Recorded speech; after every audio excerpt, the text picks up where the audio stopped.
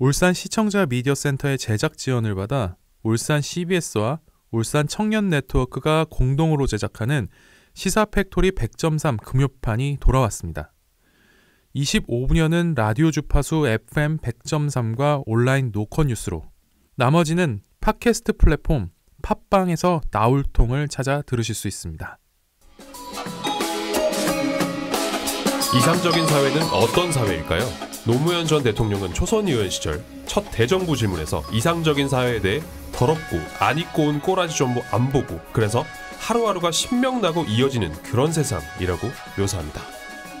또 만일 이런 세상이 좀 지나친 욕심이라면 적어도 살기가 힘이 들어서, 아니면 분하고 서러워서 스스로 목숨을 끊는 그런 일은 좀 없는 세상이라고 말합니다.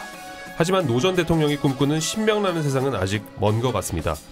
지난날 보건복지부가 발간한 2020년 자살 예방 백서를 보면 2018년도 기준 10만 명 중 서울의 자살률은 18.9명에 그쳤지만 울산의 자살률은 24.2명을 기록했습니다. 1.3배가량 높은 수치인데요. 울산 시민들이 겪는 아픔은 1.3배가 아닌 3,000배, 3만 배일 수도 있습니다. 7월 3일 시사팩토리 100.3 금요판과 나울돌 진행을 맡은 조광래입니다. 울산광역시의회 한 청년 의원은 올해 초 울산 지역의 높은 자살률 문제와 관련해 청년 실업과 소득 불평등이 원인이라며 울산광역시 자살 예방 및 세면 조주 문화를 조성을 위한 조례를 바탕으로 관련 업무를 집행하지 않는 시청을 지적한 바 있습니다. 하지만 이 청년 시의원의 외침은 공허한 메아리가 되고 맙니다. 반년이 지났지만 시청은 여전히 묵묵부답으로 외면하고 있는데요. 실업과 소득 불평등에 고통받는 청년들 중 누군가는 오늘도 생을 외면하고 있을지 모릅니다. 저는 공동진행자 이동훈 변호사입니다. 안녕하세요. 정치해설가 이태인입니다. 청년들은 작금의 현실에 답답함을 느낍니다. 더럽고 안 입고 온 꼬라지 좀 안 볼 수 없을까요? 청년 대표자의 목소리가 반영되지 않는 이유는 도대체 무엇일까요? 오늘 청년 시의원 모시고 파워 인터뷰에서 그 이야기를 들어보려 합니다. 네, 오늘 스튜디오로 출연자 한 분 모셨는데요. 그 주인공은 바로 김시연 울산광역시 시의원입니다. 김시연 의원님 안녕하세요. 네, 안녕하세요. 네, 시사팩토리 100.3과 나울통 청취자들께 인사 부탁드립니다. 네, 시사팩토리 100.3 나울통 청취자 여러분 만나 뵙게 돼서 반갑습니다. 울산광역시의회 교육위원회 김시연 의원입니다. 네, 반갑습니다. 우리 김시연 의원께서는 청년비례 의원으로 2년간 활동하시면서 소회가 남다르실 것 같습니다. 소회 한 말씀 좀 부탁드립니다. 네, 오늘이 7월이죠. 2018년 7월부터 임기가 시작됐으니 오늘로 딱 2년 차입니다. 민주당은 조금 다를 거라는 기대를 안고 시작했기에 방법은 서툴렀지만 한여름에 에어컨도 안 나오는 시의회에서 밤 12시까지 업무 파악하고 공부했던 게 기억이 새록새록 나네요. 근데 어느 하나 가르쳐 주시는 분이 없었었기에 민주당 초선 의원님들은 힘들었었죠. 그 덕분에 조례든 5분 발언이든 시민의 목소리도 반영하고 회의 출석률 100% 이런 결과도 있었다고 생각하는데 네. 사실 당연하다고 생각했던 것들이 기존의 울산시의회 문화와 분위기를 좀 바꾸고 있었더라고요. 그리고 저는 청년이다 보니 무엇보다 이념차이 극복을 위해서 조금 더 많은 노력을 했었던 것 같아요. 업무도 공부도 열심히 하면 알게 되지만 세대 스펙트럼이 거의 30세 이상 차이 나는 울산시의회거든요. 네. 여기에 22명의 대표가 한자리에 모여서 논의할 때면 당연히 이념이 대립될 때가 있습니다. 제 사회적 구력으로는 참 어렵더라고요. 조금 두리뭉실하겠지만 옳고 그름이 중요하지 않을 때도 있었고 옳고 그름의 차이가 있을 때도 있었고 후반기에는 제 굵어진 몸집만큼 달라진 구력으로 좀 더 잘하고 싶은 생각이 있습니다. 네, 좋습니다. 자, 좀 구체적으로 지난 2년 중에 이건 잘했다라고 생각되는 부분이 있으면 좀 말씀 주세요. 네, 특별히 잘했다라고 말하기보다는 잘 하고 싶었던 부분이 있었는데요. 이게 이제 여성 청소년 위생용품 지원 조례입니다. 사실상 행정부 부동의로 2019년 10월쯤 좌절했었어요. 그 청소년 위생용품 조례가 막히면서 이제 느꼈던 한계점 어떤 게 있었나요? 네, 다들 깔창생리대 잊지 않으셨을 거라고 저는 생각을 하는데 네. 저는 지금도 여전히 이 문제가 해결되지 않았다고 보거든요. 차상위 계층 대상으로 지원이 되고 있지만 이것마저도 저는 낙인이라고 생각합니다. 근데 아직까지 생리대라는 단어가 우리 사회에 좀 부끄러운 것으로 인지하고 있잖아요. TV 광고에서도 생리혈을 파란색으로 비교하고 있잖아요. 저는 청소년들이 부끄러움이 느끼지 않도록 누구나 생리 현상에 대처하기 위해서 위생용품을 챙겨갈 수 있는 실효적인 정책이 필요하다고 생각했고요. 네. 근데 그럼에도 행정부의 부동의의 이유는 재정 부담이 다였거든요. 네, 55억 정도의 총 예산이 소요된다고 하는데 광주광역시의회는 청소년 위생용품 조례를 80억 규모에 통과시켰어요. 이게 지난달 6월에 기사가 나왔거든요. 그렇군요. 네. 울산시 의원으로서 너무 안타깝죠, 사실. 네. 이게 경험하지 못한 건지 공감하지 못한 건지 아니면 뭐 제가 설득을 시키는 그런 능력이 부족한 건지 이렇게 고민이 되다가도 사실 단체장 재량으로 시민의 복지가 달라지는데 저는 선제적으로 나가야 될 부분이라고 확실하게 생각을 했었고 이 발의한 지 벌써 시간이 흘러 10개월이 넘어갑니다. 10개월이 지났군요. 벌써. 네. 제가 또 이제 완벽 정치 해설가 아닙니까? 이제 김 의원께서 대표 발의했던 조례를 찾아봤습니다. 엄청 많더라고요. 이제 첫 번째, 울산광역시 수돗물 안심 확인 조례안. 두 번째, 울산광역시 한국 수화 언어 사용 환경 개선에 관한 조례안. 세 번째, 울산광역시 미세먼지 저감 및 관리에 관한 조례안. 네 번째, 울산광역시 수어 통역센터 지원에 관한 조례안. 다섯 번째, 울산광역시 지방대학 및 지역 균형 인재 육성 지원 협의회 설치 운영에 관한 조례 전부 개정 조례안.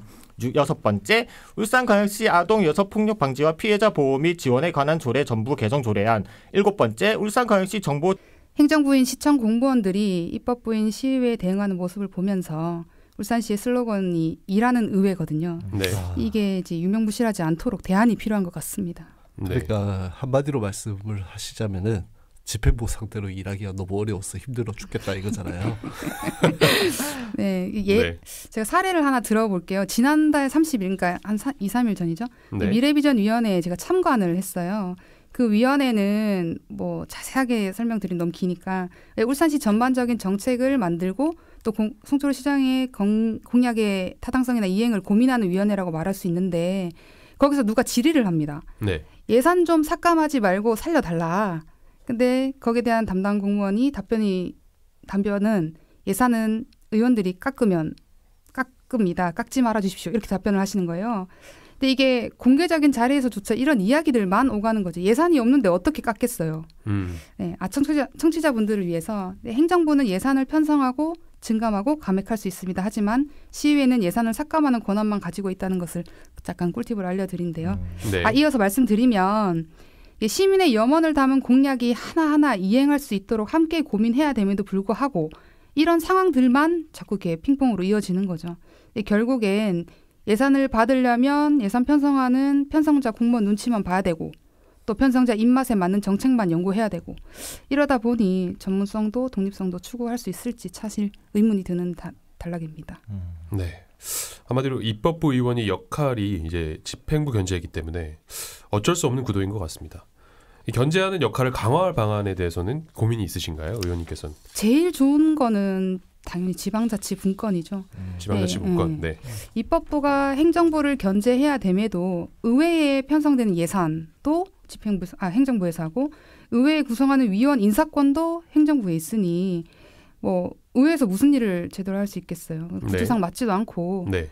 시민신문고위원회나 감사실도 사실 행정부를 감시하고 시민의 입장을 듣는 기관인데 조금 더 전문성을 인정하고 독립성을 보장하려면 행정부와 독립이 돼야 된다고도 생각합니다. 그리고 또 개인적으로는 뭐 돌맞을 수 있지만 공무원 시민평가제가 필요하다고 보는데요. 공무원 평가제. 시민평가제. 네. 헌법 7조에 보면 공무원은 뭐 시민의 봉사자라고 내용이 이제 명시되어 있는데 그 내용에 맞춘 노력이 필요하다는 거죠. 아마 저는 꽤 많은 분들이 공감하실 거라고 생각을 하거든요. 네.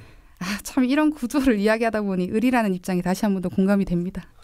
네. 그런데 그 시의원들 사이에서도 김 의원님이 을로 보여요. 아이고. 그 위원장 자리 경쟁에서 다른 비례 초선 의원들한테 밀리지 않았나요? 뭐 방어적인 거라고 볼 수도 있지만 밀렸다기보다는 제가 아직 부족한 부분이 있었다고 생각합니다. 비례대표 의원이든 초선 의원이든 지금 위원장 자리에 계시는 분들이 다수의 동료에게 인정받은 건 사실이거든요. 네. 다만 저는 지금 시의회에 의장을 포함한 위원장이 총 9분이에요. 예결위원장까지. 그 청취자분들께서도 이게 자리만 탐하는 것이 아니라 실질적으로 시민을 위한 책임감 있는 자리인 만큼 잘 하는지 한번 꼼꼼히 지켜봐 주셨으면 좋겠어요. 시민의 눈만큼 정확한 게 어디 있겠습니까? 그렇죠. 또 사실 감시하지 않으면 의원들은 놀아요. 네, 늘 주위에서 지켜봐 주시고 잘못된 부분 있으면 피드백 해주셨으면 좋겠습니다. 지금까지 이제 하신 말씀 얘기 들어보면은 가족들이 김 의원님 걱정을 좀 많이 하실 것 같아요. 좀 어떠세요? 제가 벌써 탈모가 온 것 같습니다. 아이고. 저도 모르게 찾아온 손님을 어떻게 해야 될지 모르겠는데 걱정 많이 하시죠. 그래서 제가 출가도 했고 사실 업무 시간이 뭐 특정되지 않아서 들어올 때까지 부모님이 기다리시는데 또 청년이라 결혼도 하라고 하시고 집도 장만해라 하시고 뭐 어느 가정이나 다를 거 없이 부모님 마음은 다 한결같은 것 같습니다. 네. 울산에서 이렇게 시의원이 을로 표현이 된다면 청년 역시 을로 표현이 될 수밖에 없다고 생각합니다. 이 을의 입장에서 또 다른 을인 우리 청년을 위해서 고민이 좀 있으신가요? 고민은 너무 많이 했죠. 2년 동안 계속 했는데 네. 거기에서 한 대안으로 저는 좀 손을 내밀고 싶어요. 제가 입법을 할 수 있는 권한이 있기에 청년과 청소년을 관련된 입법은 누구보다 앞장서서 연구하고 진행할 겁니다. 하지만 문제는 사업 이행과 방향성이겠죠. 예를 들면 코로나19로 다들 힘드셨을 거라고 생각하고 지금도 여전히 진행 중이신 분들도 계실 텐데 네. 저는 계약직이지만 공무원이었어요. 2년 동안 정기적으로 수입으로 삶의 타격을 받지 않았던 대상 중에 하나인데 그래서 의회는 민주당 의원들끼리 해외 연수비 예산 전액 삭감하고 다시 코로나 예산으로 편성하기 위해서 좀 도움을 했는데 네. 하지만 다른 청년들은 다를 거라고 생각하고 있거든요. 예를 들면 버팀목 사업 같은 경우에 나이를 정해서 실업한 청년을 대상으로 코로나 예산이 편성됐어요. 시간이 줄거나 임금이 준 청년들은 해당이 안 되는 거죠. 네. 또 다른 예로는 청년 기본소득이에요. 이번에 초중 고등학교 교육재난지원금이 교육청에서 지원됐거든요. 네. 여기 유치원도 포함되어 있거든요. 그러니까 상대적으로 어린이집 다니는 어린이들이 차별을 받게 됐죠. 거기에서 이제 차별받으면 안 된다. 이래서 시에서 어린이집 관련한 아이들을 위한 별도 조례를 만들어서 그 또 재난지원금을 10만 원씩 아마 줬을 거라고 저는 알고 있거든요. 네. 그렇다면 청년은 차별받지 않나요? 사실 이런 디테일을 당사자인 분들이 모두 힘을 모아서 공유해 주셨으면 좋겠고 고민을 네. 또 함께 힘을 모았으면 하는 바람이 엄청 많습니다. 보통 목소리 큰 사람 말만 듣는다고 하는데 저는 목소리 작으신 분들도 다 듣습니다. 제 모든 것이 공개되어 있고 온라인이든 오프라인이든 심지어 초상권도 없으니 어든 루트든 기다리겠습니다. 연락만 주십시오. 네. 제가 추가로 하나 더 여쭤보고 싶은 게 있는데 네. 우리 같이 이제 청년 울산시 이제 조례로 만들어진 청년위원회 같은 위원이세요. 정책위원회를 네, 말씀하시죠. 청년정책위원회 네네. 운영위원이 같은 위원이신데 저희가 이제 네. 출범식을 했을 때 좀 느낌이 어떠셨나요? 이제 청년이 이제 목소리를 내기 시작하는 단계인데 느낌이라고 어떠셨는지. 하시면 네. 구체적으로 어떤 이제 우리가 그 출범식을 하면서 이제 고위공직자들과 시장님과 같이 얘기를 나눴는데 이제 우리가 그런 첫 번째를 겪으면서 어떠셨는지 궁금합니다. 네, 사실 이게 첫 회의인데 그래도 형식과 모든 것은 갖춰져야 된다고 생각을 해요. 네. 아무리 처음에 위원회 회의라도 해도. 근데 사실 우리가 논의되거나 청년 네트워크 심의위원회에서 논의됐던 내용이 정책으로 올라온 게 아니라 그냥 집행부에서 만든 사업만 책자로 만들어서 올라온 거예요. 이게 맞습니다. 과연 청년들과 대화를 해서 올라온 것인가, 청년정책위원회에서 다룰 만한 내용인가에 대한 의문도 있었고, 그리고 담당 실국장 대표들이 왔으면 청년들의 입장에서 먼저 공감을 하고 거기에 대한 답변을 해야 되는데 내가 나이가 많으니까 어쨌든 젊은 사무관과 이야기를 나눴으면 좋겠다라는 내용은 회의상 맞지도 않는 내용이었거든요. 네. 그래서 조금은 아쉬웠고 유감인 부분도 있었다고 저는 생각을 하고 있습니다.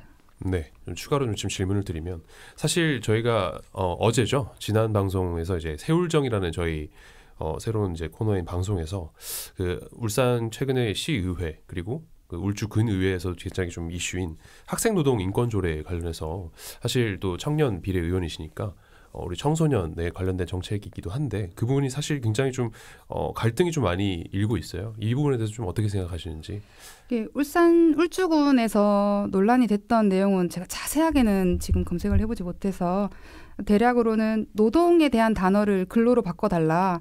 라는 내용이었던 걸로 제가 알고 있는데 네. 사실 그 부분은 맞지 않거든요. 지금 정부에서도 노동이란 단어로 이렇게 변경을 다 하고 있는 부분이고 그렇죠. 인권에 대한 부분도 마찬가지인 게 뭐 청년의 인권, 노인의 인권 다 지켜지는데 청소년 인권 당연히 지켜져야 되는 거 아닙니까? 그리고 노동에 대해서도 분명히 그 똑같이 받아야 되는 금액을 뭐라 하죠? 똑같이 받아야 되는 금액? 최저임금제, 최저임금을 최저임금제. 당연히 받아야 되는 건데 네. 그런 노동에 대한 대가를 당연히 지불해야 되는 근거를 마련하는 조례인데 거기에 대해서 반대를 한다는 것 자체가 저는 이해가 안 됩니다. 사실 의원의 입장으로서. 사실 그 반대하는 이유를 뭐라고 생각하시나요? 본인 생각에는. 제가 우리 지난 2019년도에 3가지 조례나 이런 안으로 마찰이 있었어요. 이 내용이 민주시민교육조례, 청소년 노동인권조례, 청소년 의회조례거든요. 네. 다 이제 청소년을 대상으로 하는 건데 상대에서 이야기하시는 내용을 주로 들어보면 좀 자극적이긴 한데 청소년은 인권이 있으면 안 된다. 그러면 선생님에게 대들고 담배도 피고 네. 술도 마실 거다. 인권을 존중해주게 되면 청소년의 인권이 있으면은 그렇게 네. 된다. 학생으로서 공부만 해야 된다. 네. 이런 식으로 말씀을 하시니까 그런 이야기를 하시는 쪽은 미래통합당 의원인가요? 아니면 미래통합당 의원은 아니고요. 네. 다른 의견을 가지신 시민 단체였던 걸로 시민단체에서 기억합니다. 네, 네. 네. 만약에 저는 이제 이번에 교육위원회로 가게 되는데 그때 여러 가지 조례가 대기하고 있거든요. 당연히 통과돼야 되는 조례들이 꽉 쌓여 있는데 그런 부분에서도 저는 이 울산시 의회뿐만이 아니라 울산시에서 이 조례에 대한 염원을 가지고 있으신 울산 시민분들이 함께 좀 동참을 해주시고 의견을 개진해 주셨으면 하는 바람이 있습니다. 네, 알겠습니다. 네, 오늘 김시현 시의원과 함께 울산의 내밀한 이야기 들어봤는데요.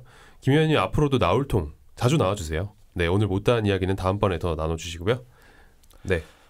오늘 시각각에서 많은 이야기를 듣지 못해서 좀 굉장히 아쉽긴 합니다. 시사 팩토리 배점 상가 나올통 청취자분들께서도 다들 아쉬워할 것 같아요. 앞으로 자주 뵀으면 좋겠습니다. 제가 이번에 서두에도 말씀드렸는데 교육위원회로 가게 됐어요. 상반기에는 환경복지위원회에서 활동하면서 여성 정책에 힘썼고 저기 밖에서 웃고 계신 PD님과 김시현의 주간사이다 코너를 통해서 울산 여성정책 민낯도 공개하기도 했었거든요. 네. 근데 하반기에는 청소년과 청년에 좀 집중해서 그와 관련된 법안 소개도 하고 정책도 공유하고 또 제언도 받고 싶습니다. 이런 기회가 많아졌으면 좋겠네요. 앞으로 자주 뵙겠습니다. 네, 자주 뵙겠습니다. 24분 55초가 역시 너무 짧습니다. 특별히 오늘 클로징은 김시현 의원께 넘기려고 하는데요. 네, 여기서 인사드리도록 하겠습니다. 오늘 출연해 주셔서 감사합니다. 안녕. 안녕. 오늘 오프닝에서 나온 노래 꼰대 라떼는 요즘 꽤 인기가 많습니다. 그 이유가 무엇일까 곰곰이 생각을 해봤는데요. 세대를 넘어서는 공감에 대한 갈망 때문인 것 같습니다. 일부 가사를 보면 왕년에 내가 말하신다면 오늘도 시작이구나. 제발 그만해. 리필은 됐습니다. 꼰대 라떼가 반복됩니다. 저도 비슷한 경험이 많습니다. 내가 해봐서 알아. 넌 이렇게 해야 해. 그렇게 하면 잘못된 거야. 예전에는 안 그랬어. 이와 같이 꼰대 라떼를 연거푸 마시다 보면 저도 리필을 거절하고 싶어지는데요. 새로운 사회를 만들고 바꿔나갈 청년들의 목소리를 외면하는 꼰대 라떼들이 많아지는 것 같습니다. 꼰대 라떼는 단순히 웃고 넘어갈 표현이 아닙니다. 저 또한 이 표현에서 자유롭지 않는데요. 이렇게 방송을 통해 좋던 나쁘던 평가를 받고 꼰대가 되지 않게끔 노력하고 싶습니다. 많이 도와주십시오. 네, 지금까지 김시현 의원과 함께했습니다. 저희 울산 청년 네트워크와 울산 CBS는 매주 금요일 방송을 통해 청년의 눈높이로 울산 현안을 다루고 있습니다. 이 방송에는 여러분 제보와 사연이 중요한데요. uscbs@cbs.co.kr로 내용 보내주시면 방송에 적극 반영하겠습니다. 지금까지 기술의 이창수 엔지니어, 음악의 길기판, 진행의 조강래, 이동훈, 이태인, 조연출의 엄유미, 연출의 김성광 프로듀서였습니다.